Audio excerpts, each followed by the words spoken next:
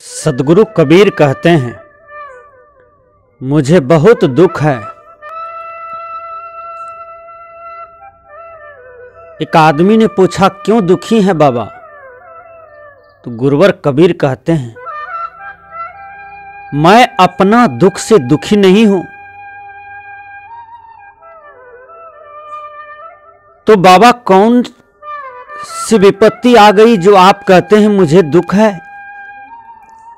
गुरुवर कबीर कहते हैं, देखो मेरे भैया,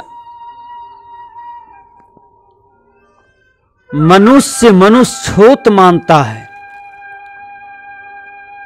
मनुष्य भेदभाव में जीवन जीता है, ऊंच नीच की भावना में जीवन जीता है। इसलिए मुझे दुख है। मैं तो देखता हूं कि इस सृष्टि में सब मनुष्य है, सब मां के गर्भ से ही धारण हो करके मां के ही रास्ते से आते हैं, और इसमें कोई बड़े मानता है अपने आप को और किसी को नीच बनाता है, और जिसको नीच बनाता है उससे छूत मानता है। यह अविद्या समाज को आतंकित कर रहा है, समाज को परेशान कर रहा है। मानवता के साथ हनन हो रहा है, मानव के साथ जुल्म हो रहा है। जिससे छूत माना जाता है उसकी बुद्धि में थोड़ी कमी है, विद्या में कमी है। वो सहन कर जाते हैं, कुछ नहीं बोलते हैं। गुरुवर कहते हैं कि मैं दुखी हूं। मनुष्य के साथ अपराध न करे। यदि कोई मनुष्य किसी भी प्रकार से गिरा हुआ है तो उसे ऊपर उठाना चाहिए। आज देखिए, एक बात बहुत चर्चित है मारवाड़ी समाज में। जब कोई मारवाड़ी आर्थिक दृष्टि से गिरे रहते हैं तो सभी मारवाड़ी मिल करके उसे पूंजी देते हैं, ऊपर उठाते हैं। एक बार देते हैं, 2 बार देते हैं, 3 बार देते हैं, और तीसरा ट्रिप में कम से कम वो संभर जाते हैं और ऊपर उठ जाते हैं। यही सद्विद्या, सद्बुद्धि सभी मनुष्य के पास होना चाहिए कि यदि कोई भी मनुष्य आर्थिक दृष्टि से, मानसिक दृष्टि से, शारीरिक दृष्टि से, विद्या दृष्टि से, बुद्धि दृष्टि से, ज्ञान दृष्टि से कमजोर है, गिरा हुआ है, तो मेरा धर्म होता है कि मैं उसे ऊपर उठाऊं।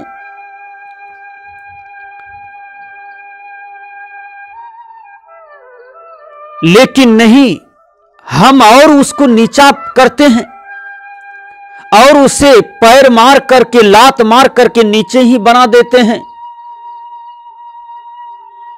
एक कहानी में सच्चा कह रहा हूं।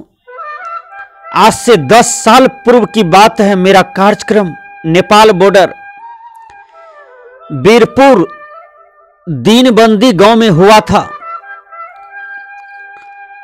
और हमारे साथ में सुपौल जिला के करजन बराहा के श्री वासुदेव साहेब जी हमें ले गए थे जीरबंदी गांव। वह गांव जब गए, वहां प्रवचन हुआ तो वह बहुत सुंदर भक्त था। उन्होंने बताया, साहब परसों एक घटना घटी। यहां 2 घर मंडल है और एक मंडल के पास 3 बेटी थी, तीनों जवान था। 3 साल से लड़का खोज रहा था शादी करने के लिए, लेकिन हिंदू में इतना तिलक मांग रहा था कि बेचारा गरीब था, निर्धन था, तिलक नहीं दे पाया, और स्वयं इस्लाम धर्म को कबूल करके तीनों बेटी को मुसलमान में शादी कर दिया। और जिस मुसलमान के यहां शादी किया वह 1 रुपया भी नहीं लिए, और तीनों बेटी मुसलमान बन गई और उसके माता पिता भाई छोटे छोटे थे, पूरे परिवार मुसलमान बन गए, यानी इस्लाम धर्म को कबूल कर लिया। धिक्कार है हिंदू यदि अपने आप को कहते हैं मैं हिंदू हूं। तुम अपने आप को कहते हो कि गर्व से कहो मैं हिंदू हूं, तो भगवान राम जो शादी किए तो कितने रुपया तिलक लिए थे, कितने गहना जेवर लिए थे, कितने हाथी घोड़ा लिए थे, विचार करो। भगवान कृष्ण कितने हाथी घोड़ा लिए, कितने रुपया पैसा लिए, क्या तिलक में लिए थे, आदर्श शादी किए। जो जो महापुरुष हुए हैं सबका जीवन आदर्श व्यतीत हुआ है और आदर्श शादी किए हैं। ये अपने आप को घमंड से कहते हैं, गर्व से कहते हैं मैं हिंदू हूं, तो राम भगवान के अनुसरण कौन करेंगे, कृष्ण भगवान के जीवन का अनुसरण कौन करेंगे। आप हिंदू हो, गर्व से कहते हो, तो आप न करोगे। तुम्हारे ही हिंदू समाज के मंडल के पूरे परिवार इस्लाम धर्म को कबूल कर लिया। ऐसी कई घटना आते जा रही है। दूसरों से रुपया लेकर, गहना लेकर के, सोना चांदी हीरे जवाहर लेकर के किसी के मांग में सिंदूर भरती हो, लज्जा नहीं आता है तुम्हें? तुम यदि किसी का पति बनते हो तो तुम्हें भी तो पत्नी चाहिए, तुम्हें बाल बच्चा चाहिए, तो पति पत्नी के संजोग से होगा, जो सृष्टि का नियम है। चाहे वो हिंदू हो, मुसलमान हो, सिख हो, यहूदी हो, ईसाई हो, जो भी हो, पति पत्नी तो हर जगह है। इसलिए भेदभाव के चलते हिंदू का पतन हो रहा है। यदि अपने आप को गर्व से कहते हो मैं हिंदू हूं, हिंदू में 4 वर्गीकरण किया गया, और किसने किया? जिन्होंने ब्राह्मण बनाया, क्षत्रिय बनाया, वैश्य बनाया, शूद्र बनाया, उसके दिमाग का ऑपरेशन कर देना चाहिए था उस समय, यदि कोई विवेकवान व्यक्ति वहां रहता। इसलिए कि ये 4 वर्गीकरण जो हिंदू में किया, ब्राह्मण, क्षत्रिय, वैश्य, शूद्र, यही तो हिंदू को खा रहा है, यही तो हिंदू को पतन कर रहा है, यही तो हिंदू को लूट रहा है, यही तो हिंदू समाज की बर्बादी का कारण है। ब्राह्मण गर्व से कहते हैं मैं सबसे बड़ा हूं और केवल जात से बड़ा हूं। क्षत्रिय कहते हैं मैं हिम्मतगर हूं, हिम्मत वाला हूं, युद्ध करने वाला हूं, कलेजा वाला हूं, पीछे नहीं हटने वाला हूं, मैं किसी से कमजोर नहीं, इसलिए मैं बड़ा हूं।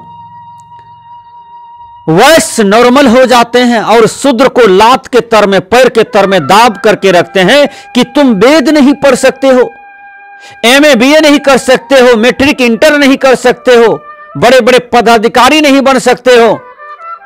आज से 650 वर्ष पहले यही था, शूद्र के साथ जुल्म हो रहा था। शूद्र यदि अच्छा ज्ञान की बातें सुन लिया हो,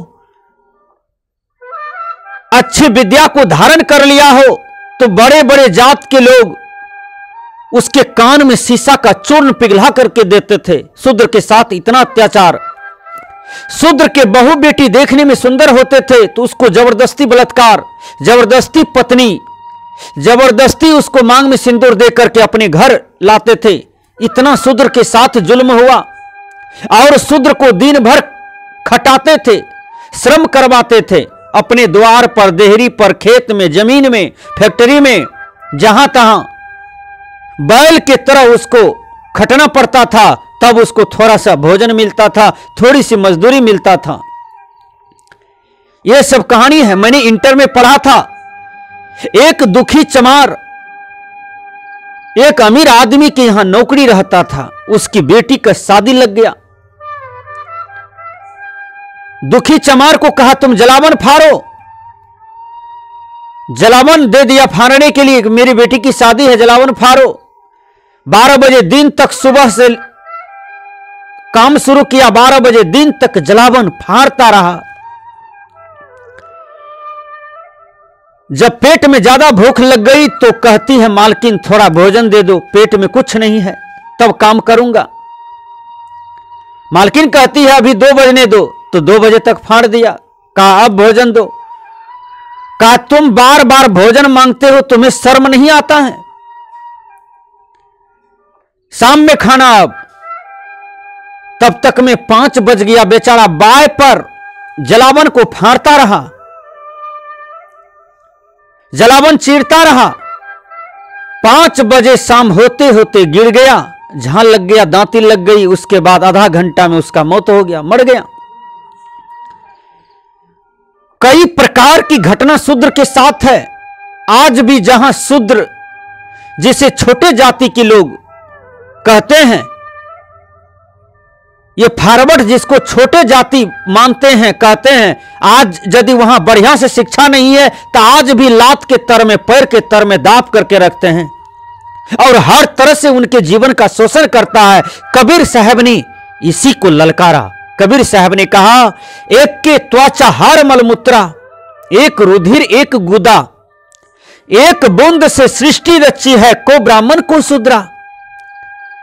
यदि तुम अपने आप को फॉरवर्ड कहते हो और जन्म से समझते हो कि मैं ऊंचा हूं और सबसे बड़ा हूं, तो तुम मां के भग से क्यों आया?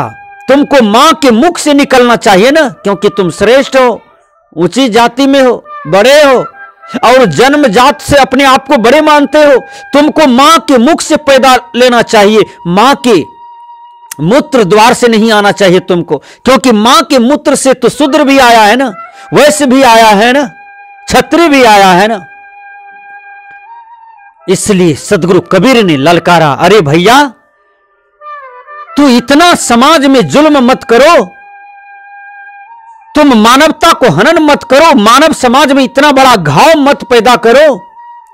जन्मजात से अपने को फॉरवर्ड मानते हो, बड़े मानते हो और दूसरों को हर तरह से शोषण करते हो। कबीर साहब ने फटकारा, ललकारा, जो तू ब्राह्मण ब्राह्मणी को जाया और राह द्वारे काहे ना आया?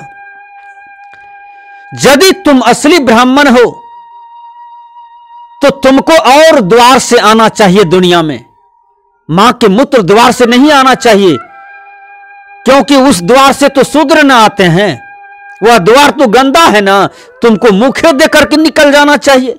ये कबीर साहब जी कहते हैं।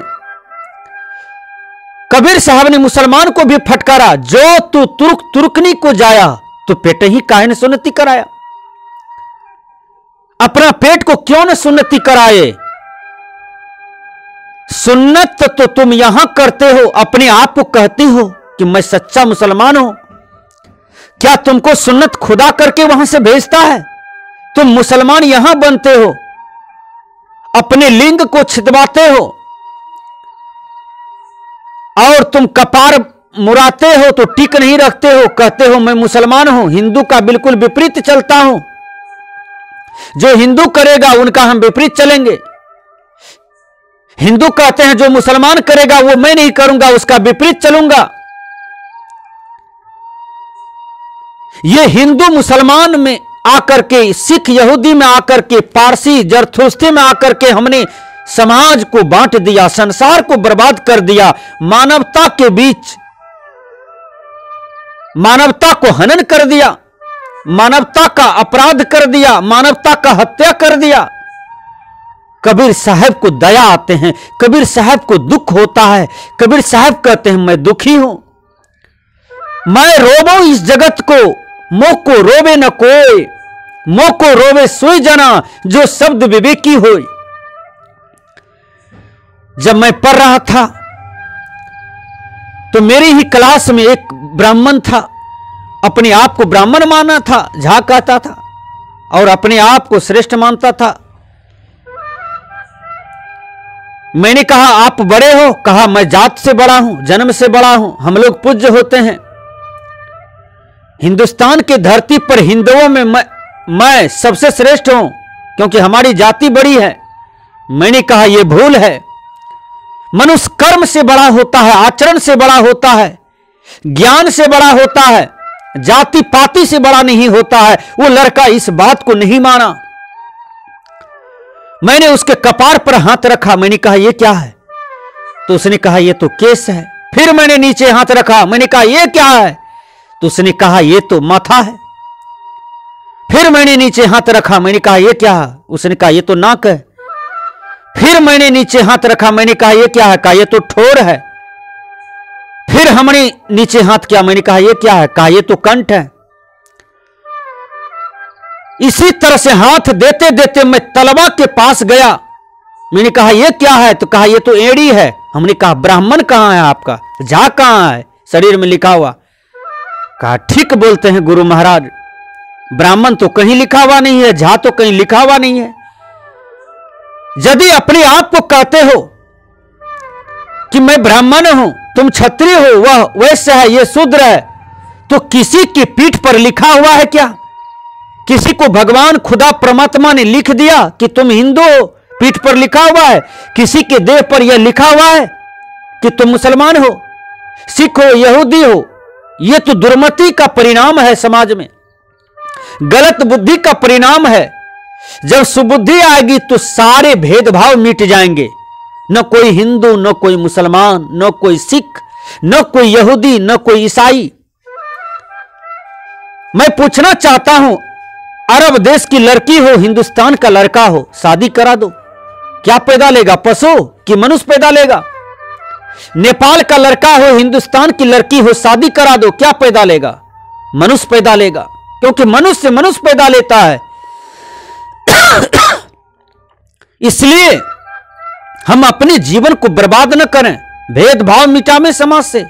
सब मानव एक है, सब भाई भाई है, सबको जीने का अधिकार है, सब स्वतंत्र है, सबको आगे बढ़ने का अधिकार है, भौतिक जगत में भी और आध्यात्मिक जगत में भी।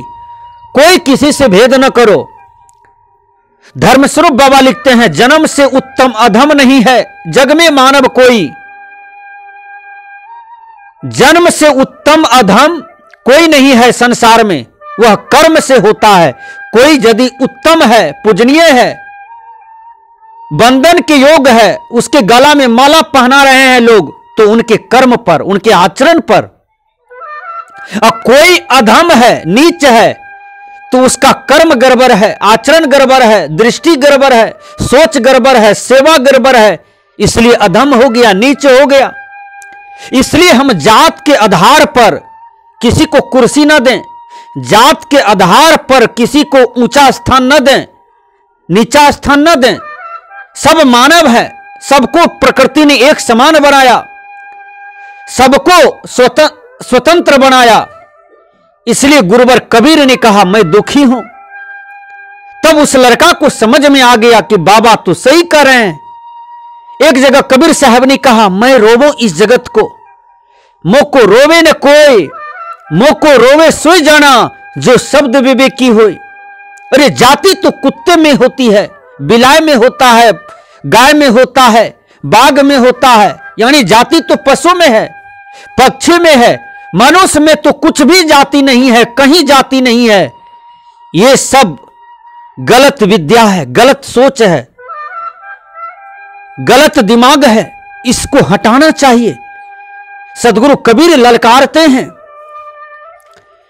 कि हर मानव मानव है और सब भाई भाई के समान जीवन जी लो, प्रेम से कांधे में कांधे मिलाकर के जी लो और जी करके संसार से बढ़िया से चले जाओ। यही जीने की कला है।